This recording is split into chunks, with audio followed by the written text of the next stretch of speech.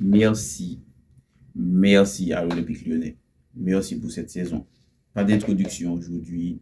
Je tourne cette vidéo-là quelques minutes seulement après la finale de la Coupe de France. Et oui, défaite de l'Olympique Lyonnais contre le Paris Saint-Germain, 2-1. Une finale qui a été intéressante, qui a été un peu frustrante. Mais bon, est-ce que la logique n'a pas été respectée? Je dirais que oui, la logique a été respectée. Mais je tenais vraiment à attendre la finale de la Coupe de France pour pouvoir faire une vidéo récapitulative de toute la saison de l'Olympique Lyonnais. Alors, on va commencer pour le souvenir, la chose la plus, le souvenir le plus chaud que j'ai en tête, c'est-à-dire la finale qui vient de se terminer il y a quelques minutes. Vraiment, qui aurait cru que le 25 mai 2024, l'Olympique Lyonnais, avec le début de saison qu'ils ont fait et la première partie de saison que nous avons fait, on se serait retrouvé en finale de Coupe de France. Personne. Surtout pas moi. Parce que moi, j'étais persuadé que ça allait être une saison noire. Limite même qu'on serait descendu. Je ne vais pas vous mentir. Aux premières parties de saison, j'étais très, très sceptique. Je parlais déjà avec certains amis en backstage en disant que depuis les matchs de préparation, j'étais très inquiet pour cette saison-là. Et on va dire, les faits au début m'ont donné raison et m'ont donné tort par la suite. Et je suis bien content sur le coup d'avoir eu tort. Mais pour pouvoir revenir à cette finale de Coupe de France, franchement, tout le peuple lyonnais était derrière eux. Tout le peuple lyonnais était derrière eux. Pendant l'après-midi, on a été derrière l'équipe féminine de l'Olympique Lyonnais qui était en finale de Ligue des Champions. Malheureusement, défaite 2-0 face au FC Barcelone. Ça fait mal, mais bon, il faut accepter. J'ai suivi les deux matchs et le FC Barcelone était quand même supérieur. Ils ont quand même fait beaucoup courir nos Lyonnaises et qui n'ont pas su mettre leur jeu, l'impact physique pour pouvoir remporter certains duels. Et c'est tout logiquement que le FC Barcelone l'a remporté, mais reste dans le cœur. Reste dans le cœur lyonnais, que ce soit chez les filles, que ce soit chez les hommes. Lyonnais jusqu'au bout. Donc, bravo aux filles pour leur parcours. Désolé pour leur défaite en finale, mais elles reviendront plus fort. Et concernant le match de l'Olympique Lyonnais face au Paris Saint-Germain chez les masculins, l'équipe masculine, vraiment, le match a commencé sur les chapeaux de roue. Dès le début du match, les équipes essayaient de se rendre coup pour coup. On voyait quand même une supériorité du Paris Saint-Germain. Mais j'avais limite l'impression que Lyon évoluait à domicile, tellement les supporters lyonnais s'étaient déplacés en masse. Alors, on sait qu'au début de journée, enfin en milieu de journée, il y a eu certains heurts et certains problèmes en dehors du stade. Mais je n'ai pas vu de problèmes qui se sont passés dans le stade. Donc, il faut quand même le souligner. Après, au moment où je tourne la vidéo, le protocole pour pouvoir remettre le trophée n'est pas encore justement fait. Mais j'espère qu'il n'y a pas eu justement de heurts et qu'il n'y a pas eu de problème. Pour pouvoir revenir justement sur le match, comme je disais, les équipes essayaient de se rendre coup pour coup. Pierre Sage avait décidé de mettre une équipe, on va dire, en bloc bas pour pouvoir procéder en contre. J'ai compris ce qu'il a voulu faire peut-être, c'est-à-dire tout miser sur, on va dire, la contre-attaque, mais avec Cherki et Benrahma sous les ailes en première période, en espérant peut-être avoir un but de retard ou aller arriver à la mi-temps avec un 0-0, ce qui n'a pas été le cas parce qu'on a pris 2 buts en première période. D'ailleurs, parlons de ces 2 buts. Le premier but, pour moi, je le mets totalement pour Perry. Perry, qui ne lit pas bien la trajectoire de la balle et qui sort, il hésite, il se ravise après. Donc, comme il lit mal la trajectoire, plus le banquage, il est totalement laxé sous Dembélé. Il a totalement le temps de pouvoir placer sa tête, ce qui fait 1-0 pour le Paris Saint-Germain. Et ensuite, même chose, problème de marquage sous le second but où Wiz se retrouve quasiment seul, frappe sur le poteau, il a le temps de reprendre alors qu'il y a O'Brien, Tchaleta Tsar et un troisième joueur, je ne me rappelle pas c'était qui était autour de lui. Il lui laisse quand même le temps de reprendre pour pouvoir fusiller à bout portant Lucas Perry qui sur le coup ne peut rien faire. Donc 2-0 à la mi-temps. Est-ce que c'est chopé? Je dirais oui. À 1-0 ou à 0-0, ça aurait été quand même logique. Le 2-0 était quand même sévère à la mi-temps. On a vu qu'en deuxième mi-temps, les Lyonnais ont essayé de revenir avec de meilleures intentions et ont poussé pour pouvoir finalement revenir au score grâce à une tête rageuse de Jake O'Brien sur un corner de Ryan Cherki. Lyon a poussé, Lyon a fait les changements qu'il fallait en rajoutant 2 flèches sur le côté que sont Fofana et Ernest Nuama. Mais bon, en deuxième période, Lyon a eu quelques occasions. Je me rappelle de la contre-attaque, justement, de Benrahma qui centre au deuxième poteau et Lacazette a même déjà plongé pour pouvoir mettre sa tête, mais retiré du bout du pied par Hakimi. C'est ça les grandes équipes, les équipes comme le Paris Saint-Germain. Il faut se préparer à toute éventualité quand on joue contre eux. Et le dernier quart d'heure, ça a été un calvaire pour nous. Ça a été un calvaire pour nous parce que les Parisiens, quand ils ont mis le pied sur le ballon, ils ont fait tourner la balle. Franchement, j'avais l'impression de regarder une passe à 10, malheureusement. Ça fait mal, ça fait vraiment mal de voir ça. Mais techniquement, voilà, c'est pas le champion de France, c'est le champion de France, que ce soit championnat ou Coupe de France pour rien. Euh, Vraiment, voilà, ils ont montré leur palette technique et on nous a fait courir dans le vide à la fin. C'est surtout frustrant parce qu'on n'a rien eu à se mettre vraiment sous la dent en fin de match. Ça a été une domination totale du Paris Saint-Germain. Je suis fier de mon équipe quand même. Je suis fier d'être arrivé jusque-là, arrivé en finale de Coupe de France, alors qu'on ne donnait pas cher de notes pour un début de saison. C'est quand même une certaine apothéose. Il n'y aura pas de feu d'artifice avec un lever de coupe. Mais il y aura une équipe qui s'est qualifiée pour la Coupe d'Europe. Parce que revenons au championnat, messieurs, dames, on s'est qualifié pour la Coupe d'Europe. Lyon jouera la Coupe d'Europe l'année prochaine en la personne de l'Europa League, la petite sœur de la Ligue des Champions. Lyon est en décembre était 18e de Ligue 1. 18e. À 6 ou 7 points de retard sur les concurrents justement directs pour la dernière place. Enfin, pour la relégation. Tout le monde nous avait déjà en tiré. Même moi, j'y croyais presque au fait qu'on serait descendu. Vraiment, c'était une période noire.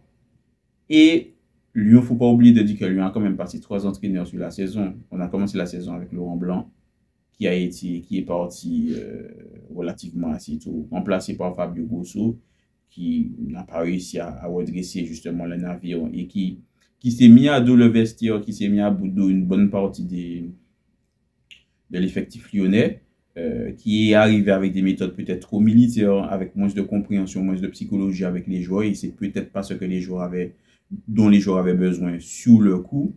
Et John Textor, parce qu'il faut quand même reconnaître, parce que c'est lui qui a décidé de mettre Pierre Sage en tant qu'entraîneur, il a pris une décision. Il a décidé de mettre Pierre Sage, on va dire, inconnu au bataillon pour ceux qui ne suivent pas l'Olympique Lyonnais. Décidé de mettre quelqu'un qui n'a même pas ses diplômes d'entraîneur en tant que coach principal de l'équipe principale. C'est quand même couillu, même si, bon, il l'avait déjà fait auparavant, je parle des Lyonnais, avec Bruno Genesio. Mais franchement, dans une situation comme celle-là, c'était très couillu. Et Pierre Sage, il a répondu à toutes les attentes. Connaissant le club, connaissant les joueurs, ayant une certaine connaissance du football, une certaine sagesse, sans faire de jeu de mots avec justement son nom, Pierre Sage, franchement, il a redressé la barre. Il a redressé la barre, non sans l'aide bien sûr des joueurs, mais je pense qu'il manquait un certain électrochoc psychologique aux joueurs, un certain discours dont les joueurs avaient besoin justement à cette période-là. Il a su trouver les mots pour pouvoir remobiliser les joueurs, responsabiliser les joueurs aussi. Et on a vu un tout autre Olympique Lyonnais en deuxième partie de saison, qui est la meilleure équipe en France devant le Paris Saint-Germain sur la deuxième partie de saison de Ligue 1. Remontée fantastique de la 18e place jusqu'à la 6e place, dernière journée de championnat, dernière minute de championnat, penalty justement pour les Lyonnais. Lacazette qui transforme le penalty et Lyon qui passe de la 8e place à la 6e place devant Lens, devant Rennes, devant Marseille. Donc en fait, Lyon a été, comme on l'a remarqué sur les réseaux, on l'a fait remarquer, Lyon a été 6e, c'est-à-dire qualifié pour l'Europe pendant 1 minute 45. Les bonnes 1 minute 45, les dernières 1 minute 45 du championnat. Dernière 1 minute 45 du championnat, on se qualifie pour la Coupe d'Europe alors qu'on sort de la 18e place. Je ne sais pas si les gens se rendent compte de la dinguerie. Vraiment. Et je tenais justement à passer un petit coup de gueule avec les trophées UNFP et beaucoup de choses que je n'ai pas compris. Pourquoi Lacazette n'était pas parmi le top 5 des meilleurs joueurs du championnat? Pourquoi Lacazette n'est pas apparu dans l'équipe type du championnat? Alors, quand les trophées UNFP sont sortis, les gens m'ont annoncé beaucoup de choses qui ne m'ont pas convaincu. Oui, mais parce que moi, je n'ai pas compris pourquoi on a pris Aubameyang, on n'a pas pris Lacazette. Oui, mais tu comprends, Aubameyang, il a porté l'Olympique de Marseille pendant toute la saison. Depuis le début, c'est lui qui est là. Les gens ont tendance à réécrire l'histoire. Aubameyang, il n'est pas là la première partie de saison. C'est pas lui qui marque les buts pour Marseille. C'est pas lui. Il avait une grosse période de disette. Si bien que les supporters marseillais, vraiment, je crois qu'il lui avait même dressé une banderole. Le gars, il n'est pas là. Faut pas oublier que Lacazette, même s'il marquait moins depuis la première partie de saison, il était là pour pouvoir marquer pour Lyon. Le gars fait Lyon sortir de la 18e place pour pouvoir finir en Europe à la 6e place. Marseille qui était au haut de tableau au début de saison, qui finit 8e ou 9e. Lacazette qui finit 2e meilleur buteur du championnat derrière Kylian Mbappé. Donc, qui a ramené son club de la dernière place à l'Europe. Il n'est pas dans les meilleurs joueurs du championnat. Il n'est même pas dans l'équipe type du championnat. Mais quelqu'un qui, comme justement, on va dire Lacazette, et qui a fait moins bien que Lacazette en première partie de saison, lui se retrouve là. Vraiment, je ne comprends pas. Vraiment, je ne comprends pas. Les gars auraient peut-être fini au même nombre de buts, ou bien Marseille aurait fini au même nombre de points que Lyon. J'aurais peut-être pu essayer de comprendre. Mais là, vraiment, je ne comprends pas. Je ne comprends vraiment pas. C'était vraiment mon petit coup de gueule. Logique pour certains, pas logique pour d'autres, mais pour moi, c'est très logique. Ma logique, je ne comprends pas la logique des gens qui ont voté, même si je sais que ce sont des joueurs, je ne comprends pas la logique justement des joueurs. De ne pas avoir placé Lacazette là où il devait être. C'est pas grave. Le général, il a l'habitude de ne pas être choisi, d'accord, et de ne pas être reconnu à sa juste valeur. Mais parlons justement de valeur économique et valeur, on va dire, sentimentale de certains joueurs. Là, maintenant, la saison, elle est terminée. Elle est officiellement totalement terminée. La Coupe de France est finie. On a perdu en finale. On s'est qualifié pour la Coupe d'Europe. Maintenant, l'épilogue de la saison. Et maintenant, quel Olympique Lyonnais on aura au début, pendant les matchs de préparation, de la future saison qui se profile? Parce qu'il y a beaucoup d'échos qui se murmurent dans les couloirs, des échos, des confirmations. Par exemple, on sait qu'Anthony Lopez ne portera plus le maillot de l'Olympique Lyonnais et il a très certainement joué son dernier match contre Clermont lors de la dernière journée de championnat. Ce n'est pas lui qui était dans les cages ce soir, c'était Lucas Perry, qui est tout naturellement son successeur. Franchement, j'ai pas peur pour Perry. Il a des axes de progression, bien sûr, mais j'ai pas peur parce que un gardien avec beaucoup de talent, très, très, très forte marge de progression. Mais Anthony Lopez va nous quitter. C'est un joueur que j'ai appris à apprécier, qui m'a fait chier des fois, mais que j'ai appris justement à apprécier. Qu'on peut pas mentir, qu'on peut pas, on va dire ça, reprocher de ne pas avoir l'amour du maillot. D'accord? Gone depuis toujours, gone depuis petit. Le gars, il a représenté du mieux qu'il peut. Il avait certaines faiblesses, surtout sur les frappes de loin, sur certaines sorties kamikazes qu'il avait, mais c'était quelqu'un de très spectaculaire, qui nous a sauvés beaucoup de fois, bon, qui a fait certaines cagades de temps en temps, mais qui nous a sauvés beaucoup de fois. Donc, j'essaie de retenir que le positif, justement, d'Anthony Lopez, et j'espère que l'Olympique Lyonnais lui rendra un bel hommage parce qu'il vraiment, il le mérite. C'est quelqu'un qui n'a jamais triché et qui a toujours eu l'amour du maillot. Donc, en parlant de justement Anthony Lopez, il faut qu'on parle de Ryan Cherki, il faut qu'on parle de Maxence Cacré, parce qu'il se murmure que ces deux joueurs-là seraient sur le départ aussi. Donc, pour l'après, c'est quelque chose que je comprends quand même, parce que Lyon a besoin de vendre des joueurs pour dégager des liquidités, parce qu'on a déjà quand même été indulgent avec nous. Je parle de la DNCG cette saison. Je ne pense pas qu'il y aura une deuxième saison avec de l'indulgence. Donc, il faudrait savoir quels fonds que Lyon va réussir à débourser. Malgré la présence de la Coupe d'Europe, il va falloir vendre pour alléger la masse salariale. Quelques cher qui font partie des gros salaires. Ne parlons pas de Anthony Lopez, mais parlons aussi d'Alexandre Lacazette, puisqu'il y a les sirènes de l'Arabie Saoudite ou de la MLS qui sont là. Il attendait la fin, justement, du match de la Coupe de France pour s'asseoir avec les dirigeants après toute la saison à être reposé pour discuter. Je pense de ce que le club va lui proposer, du projet que le club va lui vendre pour savoir s'il décide de rester ou pas. Parce que de base, il était revenu, il avait quitté l'Angleterre pour pouvoir revenir en France parce qu'il voulait se rapprocher de sa famille. Mais à 32 ans, bientôt 33, je pense qu'il il réfléchit à penser à son portefeuille et à mettre vraiment la famille définitivement à l'abri, ce qui est totalement normal. Donc, il se pourrait que l'année prochaine, on soit amputé de Nicolas Tagliafico. Je pense qu'il ne va peut-être pas prolonger, qu'il sera sur le départ d'Anthony Lopez, Maxence Cacré, Ryan Cherki, le départ également peut-être d'Alexandre Lacazette. Quid de ces joueurs-là? Vont-ils être remplacés? Vont-ils être remplacés par de la qualité, c'est-à-dire un remplacement numérique ou un remplacement amélioratif? C'est ce qu'il faut se poser comme question, parce que ce n'est pas juste remplacer des joueurs pour remplacer des joueurs. Si tous ces joueurs-là partent, il faut vraiment, j'espère que Lyon a déjà commencé à travailler en coulisses, pour pouvoir remplacer ces joueurs-là assez rapidement. Parce que ça fera un très très très gros vide. Quand je regarde les joueurs qu'on a là, les joueurs qu'on a en notre possession actuellement, ils ne vont pas remplacer les joueurs qui sont là. Ils ne vont pas les remplacer. Orel Mangala qui est arrivé pendant le mercato d'hiver, je le trouve un peu tendre toujours. Après, avec une préparation physique totale avec l'Olympique Lyonnais, on verra par la suite ce qu'il va donner. Même chose pour Gift Orban, que je trouve très limité en tant qu'attaquant. Nemanja Matic, ça a beau être le grand frère qui est là pour pouvoir réguler le jeu au milieu de terrain et calmer tout le monde.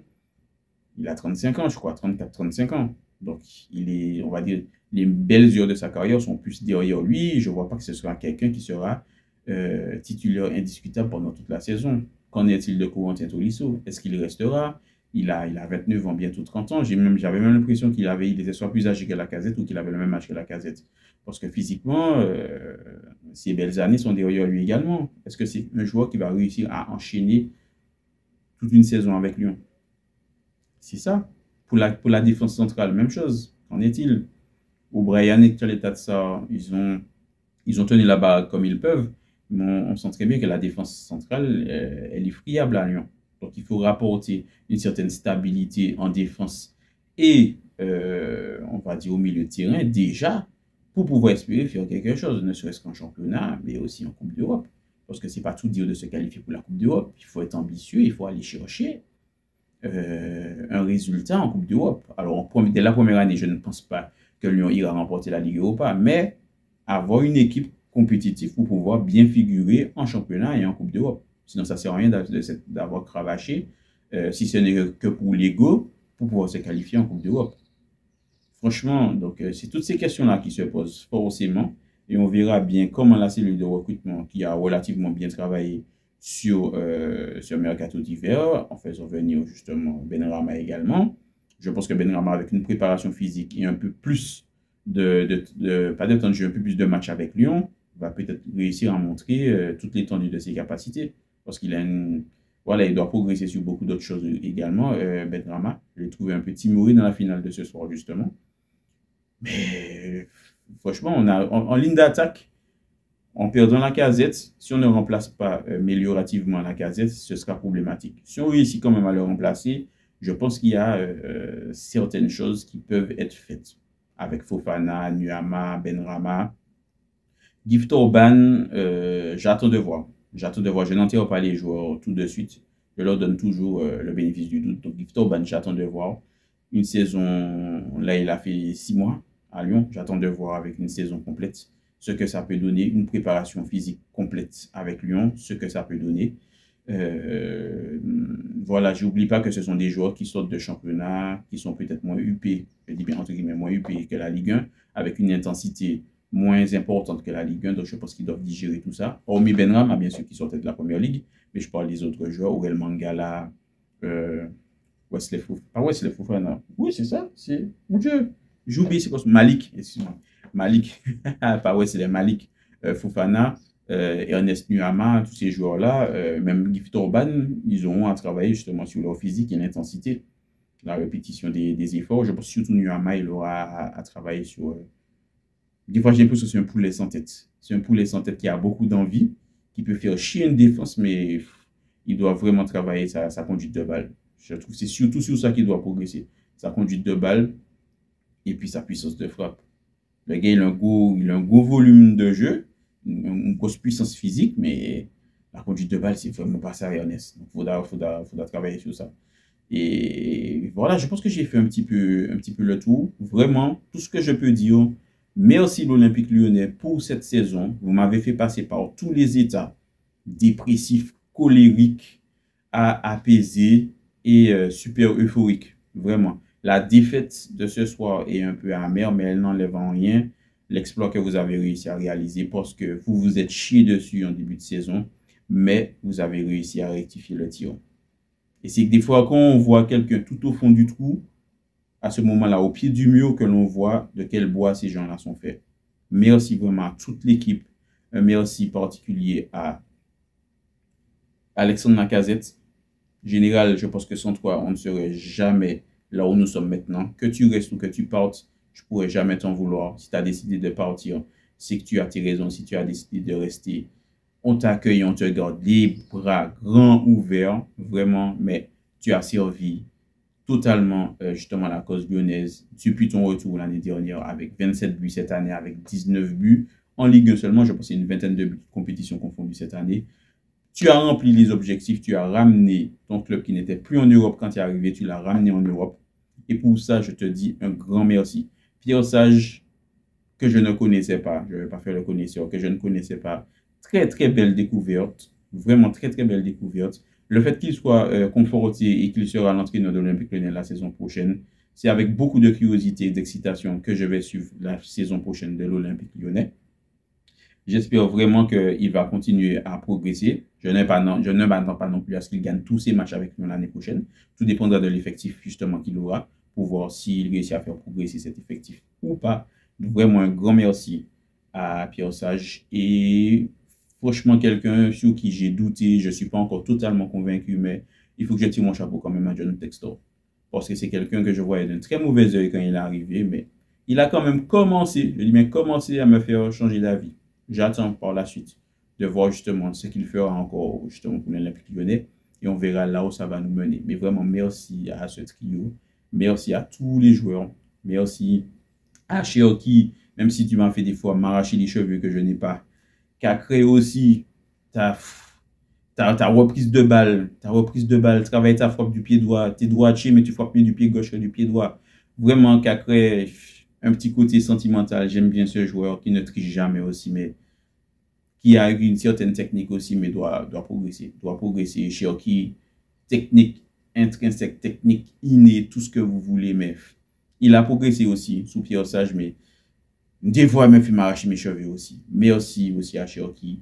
Merci à tous les joueurs, je ne pourrais pas tous les citer. Merci aussi à Mama Baldé, qui a fait un travail de l'ombre, qui a accepté, je pense, sous Pierre Sage, d'être le joueur de l'ombre, le joueur d'entrée de banque. Quand il arrive, il va faire les différences, parce qu'on oublie souvent de citer ça, mais Mama Baldé, c'est aussi en grande partie grâce à lui, s'ils lui ont fait cette remontée-là.